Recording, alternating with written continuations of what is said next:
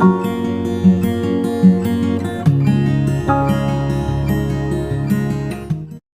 guys, this is MD Imran, Basic and Advanced English Grammar Expert and Literature Lecturer. Today I am present in front of you with the most important grammar, voice. It is asked in UP Board, CBSE Board, ICSE Board and also so many one-day examination.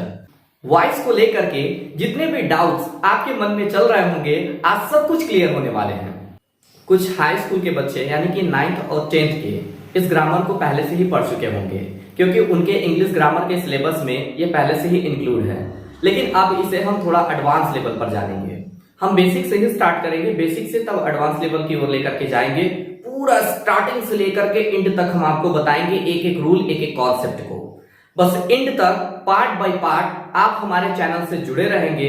अगर आप हमारे channel पर नए, सबसे पहले मेरे channel को subscribe करें और उसके बगल में जो घंटी का निशान दिया हुआ है बेल आइकन, उसे जरूर प्रेस करें ताकि अगर कोई न्यू वीडियो हो उसका नोटिफिकेशन सबसे पहले आप तक पहुंच पाए।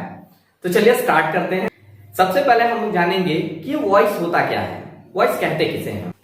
Voice is a form of verb used in a sentence. Voice किसी वाक्य में प्रयोग किया गया क्रिया का एक स्वरूप होता है। Which shows or indicates that, जो ये दर्शाता है या अभिव्यक्त करता है कि the subject does an action itself, कि कर्ता स्वयं किसी कार्य को पूरा करता है, और an action is the result of done by a subject, या फिर वह कार्य किसी कर्ता के द्वारा पूरा किया गया एक परिणाम है। Next we shall know about kinds of voice। आगे हम लोग जानेंगे वॉइस के भेद के बारे में। There are two kinds of voice। Voice दो तरह के होते हैं। The first is active voice, जिसे हिंदी में कर्तृवाची या कर्तावाची कहते हैं, and the second is passive voice, जिसे हिंदी में कर्मवाची कहते हैं।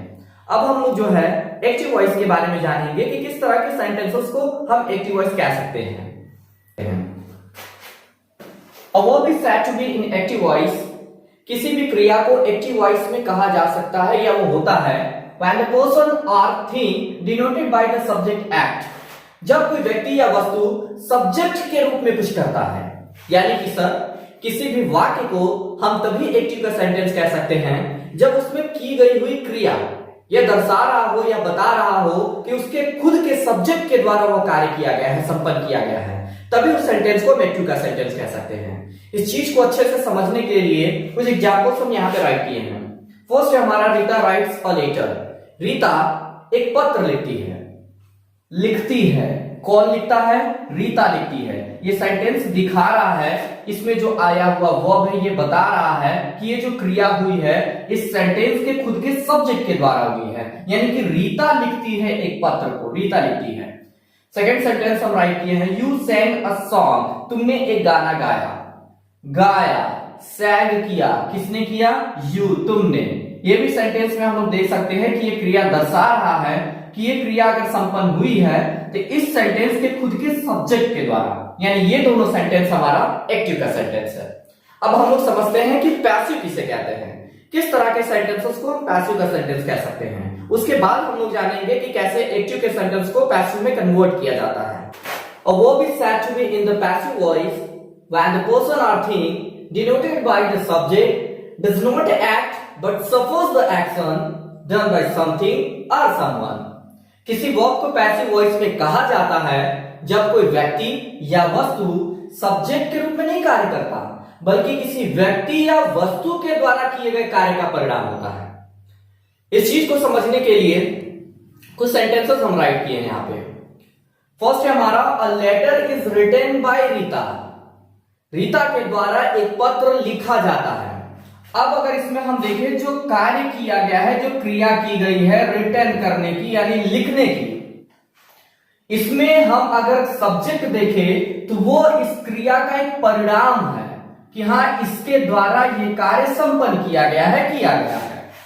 सेकेंड सेंटेंस अगर हम लोग देखें, और सॉन्ग वाज सं बाय यू, तुम्हारे द्वारा एक गाना गाया गया। गाना गाया गया, ये क्रिया की गई तो किसके द्वारा? यू के द्वारा। इसमें यू एक सब्जेक्ट के परिणाम के रूप में है कि हाँ किसी व्यक्ति या वस्तु के द्वारा इस काम को संपन्न किया गया है। तो इस तरह के सेंटेंसेस को हम पैसिव का सेंटेंसेस कह सकते हैं। अब आपके मन में ये चल रहा होगा कि सर आपने ये दोनों सेंटेंस को कैसे एक्टिव से पैसिव में कन्वर्ट किया, तो हमें इसमें यही सीखना है कि किस तरह से एक एक्टिव के सेंटेंस को पैसिव में कन्वर्ट किया जाता है। एक्टिव से पैसिव में किसी भी सेंटेंसेस को चेंज करने से पहले एक सबसे इंपॉर्टेंट बात यह है कि हम उसी तरह के सेंटेंसेस को एक्टिव से पैसिव में कन्वर्ट कर सकते हैं जिस सेंटेंस में ट्रांजिटिव वर्ब का इस्तेमाल किया गया हो, तभी हम उसे पैसिव में कन्वर्ट कर सकते हैं। अब आपके मन में चल रहा होगा कि सर ये ट्रांजिटिव वर्ब क्या है? तो ट्रांजिटिव वर्ब जान लीजिए, उस वर्ब को कहते हैं जो अपने साथ हमेशा किसी न किसी ऑब्जेक्ट को लेकर के आता है। अगर उस सेंटेंस में जो वर्ब यूज किया गया है अपने साथ किसी ऑब्जेक्ट को लेकर नहीं आया है तो वो वर्ब ट्रांजिटिव वर्ब नहीं हो सकता, बल्कि इंट्रांजिटिव वर्ब होगा। ट्रांजिटिव वर्ब हम उसी वर्ब को कहेंगे जो अपने साथ किसी न किसी ऑब्जेक्ट को लिया रहेगा। अब ये हम कैसे पता करेंगे कि वो हमारा ट्रांजिटिव वर्ब है कि नहीं है? तो उसके लिए ये दो वर्ड का आप इस्तेमाल करेंगे। अगर उस सेंटेंस में इस दो वर्ड को रखने पर अगर उससे आपका आंसर मिल जाता है तब आप जान लीजिएगा कि जो वर्ब इस्तेमाल किया गया है वो हमारा ट्रांजिटिव वर्ब है। फर्स्ट वर्ड हमारा व्हाट और दूसरा हमारा हु, यानी कि अगर आप उसमें क्या, किसे, किसको, किन्हें अगर रखते हैं और उससे उसका आपको जवाब अगर मिल जाता है उस सेंटेंस से, तब ये जान लीजिएगा कि इसमें जो वर्ब इस्तेमाल किया गया है ट्रांजिटिव वर्ब इस्तेमाल किया गया है। जैसे में एक सेंटेंस अगर हम देखें, ही रीड्स अ बुक, वह एक किताब पढ़ता है। अगर हम पूछे कि वो क्या पढ़ता है, व्हाट, अगर हम व्हाट डाल दें तब आप आसानी से बता सकते हैं कि सर वो एक किताब पढ़ता, बुक, अ बुक, वो एक किताब पढ़ता है। ये है, यानी कि हम आसानी से बता सकते हैं कि इसमें जो वर्ब हमारा इस्तेमाल किया गया है वो एक ट्रांजिटिव वर्ब है। अगर हम ये सेंटेंस देखें, आई लव हिम, मैं उससे प्रेम करता हूं, तो अगर हम यहां आपसे पूछे whom, किसे या किसको, तो आप आसानी से जवाब दे सकते हैं कि सर उसे, हिम। तो इसमें जो वर्ब हमारा इस्तेमाल किया गया है वो एक ट्रांजिटिव वर्ब है। ये क्लियर हो गया होगा, दैट्स क्लियर। एक्टिव से पैसिव में कन्वर्ट करने के लिए कुछ रूल्स हैं जिन्हें हम अप्लाई करके किसी भी तरह के सेंटेंसेस को बहुत ही आसानी से एक्टिव से पैसिव में कन्वर्ट कर सकते हैं। बहुत ही बेहतरीन एकदम रूल्स बनाए हैं, ध्यान से उसे आप लोग देखेंगे और एक एक करके जितना भी जो हम उसमें लिखवाएंगे उसे आप याद कर लेंगे। फर्स्ट है हमारा interchange of subject and object. Second है हमारा use of helping verb according to tense and condition. Third है हमारा use of main verb. Fourth है हमारा correct use of preposition according to verb. इन्हीं चारों रूल्स को अप्लाई करके हम किसी भी तरह के सेंटेंसेस को बड़े ही आसानी से एक्टिव से पैसिव में कन्वर्ट कर सकते हैं। बारी बारी करके इन चारों रूल्स को हम लोग जानेंगे किसमें है क्या। सबसे पहले फर्स्ट स्टार्ट करने जा रहे हैं हम interchange of subject and object. आप हमेशा याद रखे रहिएगा कि अगर हमारा एक्टिव के सेंटेंस में सब्जेक्ट के रूप में कोई पर्सनल प्रोनाउन आया है, जैसे में I, we, you, he, she, it और दे, तो इनका ऑब्जेक्टिव केस बदल जाया करता है। पैसिव वॉइस में इनका हम ऑब्जेक्टिव केस राइट करेंगे। जैसे में अगर सब्जेक्ट के रूप में आई आया हुआ है तो पैसिव वॉइस में इसका ऑब्जेक्ट हो जाएगा मी। वी अगर आया है तो उसका ऑब्जेक्ट हो जाएगा अस। यू का ऑब्जेक्ट हो जाएगा यू ही, क्योंकि इनका सब्जेक्टिव और ऑब्जेक्टिव केस बिल्कुल सेम होता है। ही अगर आएगा तो उसका ऑब्जेक्टिव केस हिम।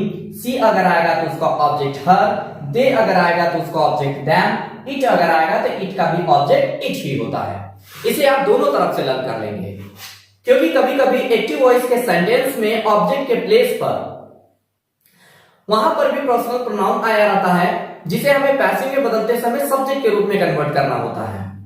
तो इसे आप दोनों तरफ से लर्न कर लेंगे। अगर हमारा ऑब्जेक्ट के रूप में मी आया होगा तो उसका सब्जेक्ट होगा आई। अस अगर आएगा तो उसका सब्जेक्ट वी। यू अगर आएगा तो उसका सब्जेक्ट यू ही। हिम अगर आएगा तो उसका सब्जेक्ट ही। हर अगर आएगा तो उसका सब्जेक्ट सी। दे अगर आएगा तो उसका सब्जेक्ट देम। इट अगर आएगा तो उसका सब्जेक्ट इट ही होता है। इन सब के अलावा भी कुछ इंपॉर्टेंट बात है जिसे आपको हमेशा याद रखना होगा। अगर हमारा एक्टिव वॉइस के सब्जेक्ट के रूप में कोई इनडेफिनिट प्रोनाउन आया हो, जैसे में someone, somebody, no one, nobody, one, none, people, police, public, इन सारे वर्ड्स को कभी भी हम जो है पैसिव वॉइस के ऑब्जेक्ट के रूप में नहीं बदलते हैं। अब आते हैं एक्टिव से पैसिव में चेंज करने के सेकंड रूल पर, यानी कि use of helping verb according to tense और कंडीशन। ये सबसे इंपॉर्टेंट रूल माना जाता है, क्योंकि किसी भी सेंटेंस को हमें एक्टिव से पैसिव में कन्वर्ट करने के लिए किसी न किसी हेल्पिंग वर्ब की जरूरत पड़ती है, और उसके लिए हमें इन रूल्स का पता होना अच्छे से बेहद जरूरी है। जैसा कि हम सभी जानते हैं कि टेंस 3 है। The first is present tense, second is past tense and the third is future tense. इन तीनों को जो है 4 पार्ट्स में डिवाइड किया गया है। जैसे में अगर हम प्रेजेंट का अगर देखें तो प्रेजेंट का simple present, present continuous, present perfect और प्रेजेंट परफेक्ट कॉन्टिन्यूअस। उसी तरह से अगर हम पास्ट का देखें तो simple past, past continuous, past perfect और पास्ट परफेक्ट कॉन्टिन्यूअस। उसी तरह से सेम फ्यूचर का भी अगर हम देखें simple future, future continuous, future perfect और फ्यूचर परफेक्ट कॉन्टिन्यूअस। जिन बच्चों को टेंस अगर नहीं भी पता है कोई बात नहीं, एकदम चिंता ना करें, बिल्कुल एकदम सिंपल ट्रिक लेकर के आए हैं। हम बताया कि आपको कि हम बेसिक से लेकर के एडवांस का सारा चीज सिखाएंगे। अगर आप पैसिव एक्टिव के बारे में कुछ नहीं जानते हैं तो सब कुछ जान जाएंगे, बस हमारे साथ बने रहिए। सबसे पहले हम लोग जानेंगे कि अगर हमारा प्रेजेंट टेंस से रिलेटेड कोई एक्टिव का सेंटेंस आ जाए तो उसे हम पैसिव में कौन सा हेल्पिंग वर्ब इस्तेमाल करके चेंज करेंगे। जैसे में अगर हमारा जो है सिंपल प्रेजेंट का सेंटेंस आ जाए, सिंपल प्रेजेंट, पहला बात कि हम पहचानेंगे कैसे कि वो सिंपल प्रेजेंट का सेंटेंस है। तो सिंपल प्रेजेंट के सेंटेंस को पहचानने के लिए या तो उसमें वर्ब का फर्स्ट फॉर्म यूज किया गया रहेगा सब्जेक्ट के साथ, या वर्ब का फिफ्थ फॉर्म, या फिर अगर नेगेटिव इंट्रोगेटिव सेंटेंस होगा तो उसमें डू या डज प्लस वर्ब का फर्स्ट फॉर्म आएगा। तो सिंपल प्रेजेंट का पैसिव बनाने के लिए प्रेजेंट कॉन्टिन्यूअस का हेल्पिंग वर्ब इस्तेमाल करते हैं, यानी इज, एम, आर, इनका प्रयोग करते हैं। अब आते हैं सेकंड पे, यानी कि प्रेजेंट कॉन्टिन्यूअस पे। फर्स्ट बात ये कि हम प्रेजेंट कॉन्टिन्यूअस का सेंटेंस पहचानेंगे कैसे। तो प्रेजेंट कॉन्टिन्यूअस के सेंटेंस में हमेशा is, am, are plus verb का फोर्थ फॉर्म आया जाता है। इसका हमेशा आप याद रखे रहेंगे कि इसका पैसिव बनता है प्रेजेंट कॉन्टिन्यूअस में ही, यानी कि इज, एम, आर इन्हीं हेल्पिंग वर्ब का इस्तेमाल करके बनाते हैं, बस उसमें ऐड कर देते हैं बीइंग। अब आते हैं इसके नेक्स्ट पार्ट पे, यानी कि प्रेजेंट परफेक्ट पे। हमेशा याद रखे रहेंगे कि प्रेजेंट परफेक्ट, पहला बात ये कि प्रेजेंट परफेक्ट पहचानेंगे कैसे। तो प्रेजेंट परफेक्ट में हमेशा जो है हैज या है प्लस वर्ब का थर्ड फॉर्म आया रहता है। प्रेजेंट परफेक्ट का पैसिव प्रेजेंट परफेक्ट कॉन्टिन्यूअस के हेल्पिंग वर्ब से बनता है, यानी हैज या है प्लस बी। और नेक्स्ट बात ये कि प्रेजेंट परफेक्ट कॉन्टिन्यूअस का पैसिव नहीं बनता है, इसे भी आप हमेशा याद रखे रहेंगे। पहचानेंगे कैसे कि प्रेजेंट परफेक्ट कॉन्टिन्यूअस का सेंटेंस है, तो प्रेजेंट परफेक्ट कॉन्टिन्यूअस में हेल्पिंग वर्ब आया रहता है हैज या have plus being plus verb का फोर्थ फॉर्म, इसका पैसिव नो चेंज। अब आते हैं पास्ट पे। पास्ट में भी जैसा कि हम बताएं कि 4 पार्ट्स है। फर्स्ट है इसका सिंपल पास्ट। सिंपल पास्ट पहचानेंगे कैसे। अगर वो सिंपल पास्ट का सेंटेंस है तो सिंपल पास्ट के आप पट्टी में हमेशा सब्जेक्ट के साथ वर्ब का सेकंड फॉर्म आया रहता है। अगर वो नेगेटिव इंट्रोगेटिव सेंटेंस रहेगा तो उसमें डिड प्लस वर्ब का फर्स्ट फॉर्म आया रहेगा। सिंपल पास्ट का पैसिव प्रेजेंट की ही तरह पास्ट कॉन्टिन्यूअस के हेल्पिंग वर्ब से बनता है, यानी कि वाज या वर से बनता है। अब आते हैं इसके सेकंड पार्ट पे, यानी कि पास्ट कॉन्टिन्यूअस पे। कैसे पहचानेंगे कि वो पास्ट कॉन्टिन्यूअस का सेंटेंस है। तो पास्ट कॉन्टिन्यूअस के सेंटेंस में वाज या वर प्लस वर्ब का फोर्थ फॉर्म आया रहता है। पास्ट कॉन्टिन्यूअस का पैसिव पास्ट कॉन्टिन्यूअस के ही हेल्पिंग वर्ब से बनता है, यानी वाज या वर के साथ ही बनता है, बस उसमें बीइंग लगा देते हैं। अब आते हैं पास्ट परफेक्ट पे। पास्ट परफेक्ट जो है पहचानेंगे कैसे कि वो पास्ट परफेक्ट का सेंटेंस है। तो पास्ट परफेक्ट में हैड प्लस वर्ब का थर्ड फॉर्म आया रहता है। इसका पैसिव पास्ट परफेक्ट कॉन्टिन्यूअस के हेल्पिंग वर्ब से बनता है, यानी हैड प्लस बीइंग। हाँ, इसमें भी जो है पास्ट परफेक्ट कॉन्टिन्यूअस का पैसिव नहीं बनता है। पहचानेंगे कैसे कि वो पास्ट परफेक्ट कॉन्टिन्यूअस का सेंटेंस है, तो उसमें आ रहेगा had plus been plus verb का फोर्थ फॉर्म। अगर ये दिखेगा तो ये इस सेंटेंस का पैसिव कभी भी नहीं बनता है, नो पैसिव वॉइस। अब आते हैं इसके थर्ड टेंस पे, यानी कि फ्यूचर टेंस पे। फ्यूचर में भी अगर देखें सिंपल फ्यूचर, इसका फर्स्ट पार्ट सिंपल फ्यूचर, पहचानेंगे कैसे कि वो सिंपल फ्यूचर का सेंटेंस है। तो सिंपल फ्यूचर में विल या शैल प्लस वर्ब का फर्स्ट फॉर्म आया रहेगा। आप हमेशा याद रखे रहेंगे सिंपल फ्यूचर का पैसिव फ्यूचर कॉन्टिन्यूअस के हेल्पिंग वर्ब से बनता है, यानी कि विल या shall plus be. Future continuous का पैसिव नहीं बनता है, यानी कि नो पैसिव वॉइस। अब आते हैं फ्यूचर परफेक्ट पे। पहचानेंगे कैसे कि वो फ्यूचर परफेक्ट का सेंटेंस है, तो उसमें आ रहेगा विल या शैल प्लस वर्ब का थर्ड फॉर्म। फ्यूचर परफेक्ट का भी पैसिव फ्यूचर परफेक्ट कॉन्टिन्यूअस के हेल्पिंग वर्ब से बनता है, यानी विल या shall plus have plus be. हाँ, इसमें भी फ्यूचर परफेक्ट कॉन्टिन्यूअस का पैसिव नहीं बनता है, यानी कि नो पैसिव वॉइस। हम उम्मीद करते हैं कि ये रूल आप अच्छे से समझ गए होंगे। समझने के बाद इसे आप नोट कर लेंगे कहीं पे और इसको लर्न कर लेंगे, क्योंकि जब तक ये नहीं पता होगा आप किसी भी सेंटेंस को एक्टिव से पैसिव में कन्वर्ट नहीं कर पाएंगे। तो अगर आपको पैसिव पे कमांड बनाना है तो सबसे पहले आपको इन सारे रूल्स को अच्छे से लर्न करना होगा। अगर सेंटेंस में मोडाल्स का इस्तेमाल किया गया हो तो मोडाल्स को जो है एक्टिव से पैसिव में कन्वर्ट करने के लिए उसमें बी या फिर बीन का इस्तेमाल किया जाता है। अब आपके मन में चल रहा होगा कि सर हम कहां पे बी का इस्तेमाल करेंगे और कहां पे हम बीन का यूज करेंगे। तो हमेशा याद रखे रहिएगा, जिन मोडाल्स के साथ हैव आया है उसे पास्ट फॉर्म में कन्वर्ट करने के लिए, जैसे में शुड हैव, मस्ट हैव, तो इनको जो है इनका अगर सेंटेंस में इस्तेमाल किया गया रहेगा तो इन्हें एक्टिव से पैसिव में कन्वर्ट करते समय इनके साथ बीन का इस्तेमाल करेंगे। जबकि अगर हमारा नॉर्मल अगर मोडाल्स आया रहेगा जैसे में can, could, may, might, must, तो इन्हें जब पैसिव में कन्वर्ट करेंगे तो इनके साथ सिर्फ हम बी लगा देंगे। That's clear. अब आते हैं नेक्स्ट रूल पर। थर्ड रूल हम आपको बताए थे, यूज ऑफ मेन फॉर्म। आप हमेशा याद रखे रहेंगे कि पैसिव वॉइस में हमेशा वर्ब थर्ड का इस्तेमाल किया जाता है, यानी कि पास्ट पार्टिसिपल फॉर्म का यूज किया जाता है। उसके बाद हमारा फोर्थ रूल था, correct use of preposition according to verb. Preposition का सही इस्तेमाल वो भी वर्ब के अनुसार। कई सारे टीचर्स बताते हैं कि सिर्फ और सिर्फ प्रेपोजिशन बाय का इस्तेमाल किया जाता है। आप भी यही बात जान रहे होंगे कि सिर्फ हम पैसिव वॉइस में बाय का इस्तेमाल करते हैं, तो ऐसी बात नहीं है। बाय के अलावा भी कई प्रेपोजिशन का इस्तेमाल किया जाता है, जैसे में टू, इन, एट, विथ, इन सारे प्रेपोजिशन का भी यूज किया जाता है। लेकिन इनके लिए कुछ कंडीशन है, ये कुछ ही वर्ब्स के साथ ही इस्तेमाल किए जाते हैं, बाकी सभी जगह पर बाय का ही इस्तेमाल किया जाता है। तो चलिए आइए देखते हैं। इन सारे वर्ब्स को आप अच्छे से लर्न कर लेंगे ताकि आपको पता चल पाए कि पैसिव वॉइस में किन किन वर्ब्स के साथ हमें किस तरह का प्रेपोजिशन इस्तेमाल करना है। जैसे हमें कुछ प्रेपोजिशन हम यहाँ पे राइट किए हैं उनके वर्ब्स के साथ। अगर हमारा वर्ब्स आया रहेगा सरप्राइज, एस्टोनिश, डिसअपॉइंटेड, डिस्ट्रेस, तो पैसिव वॉइस में हमेशा प्रेपोजिशन हम एड का इस्तेमाल करेंगे। अगर हमारा known, obliged, compared, invited, preferred या एडिक्टेड आया रहेगा तो प्रेपोजिशन टू का यूज करेंगे। Pleased, satisfied, disgusted, charmed, throned, line अगर आया रहेगा तो विद का यूज करेंगे। कॉन्टेंट, इंटरेस्टेड, अराइव्ड आया रहेगा तो इन का यूज करेंगे। प्रिपेयर्ड आया रहेगा तो फॉर का इस्तेमाल करेंगे। तो इस तरह से हम बाय के अलावा भी इन प्रेपोजिशन का हम इस्तेमाल करेंगे पैसिव वॉइस में। इनके अलावा भी कुछ फ्रेजल वर्ब हैं जो हम दे देते हैं, वो उन वर्ब्स के साथ भी प्रेपोजिशन हमेशा आया रहता है।